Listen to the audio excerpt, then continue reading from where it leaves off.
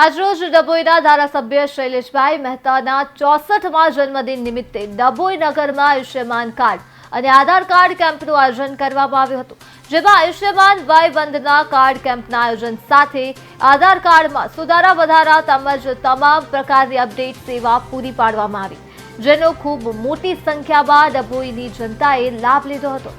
કુલ 644 જેટલા આયુષ્યમાન કાર્ડ બનાવવાનો ભારતીય જનતા પાર્ટીના કાર્યકરો દ્વારા સંકલ્પ લેવામાં આવ્યો હતો।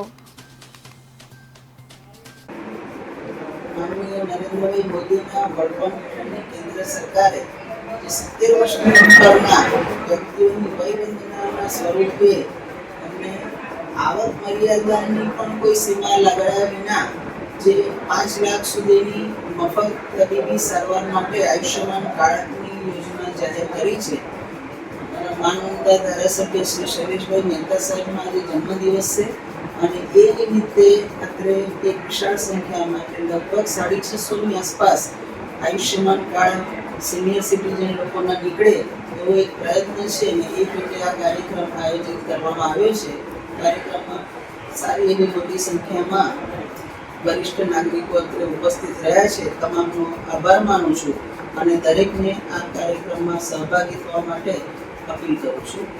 आज रोज धारासभ्य श्री शैलेषभाई મહેતાની 64મી વર્ષગાંઠ હોય ડભોઈ નગર દરબાવતી નગરમાં ભાજપનું જે જનસંપર્ક કાર્યાલય ધારાસભ્યશ્રીએ બનાવ્યું છે ત્યાં 70 વર્ષથી ઉપરના લોકો એટલે સિનિયર સિટીઝન લોકોના આયુષ્યમાન કાર્ડ કાઢવાનું કામગીરી ચાલી છે અને જબરો ઉત્સાહ મળ્યો છે ડભોઈ નગરના પબ્લિકની અંદરથી।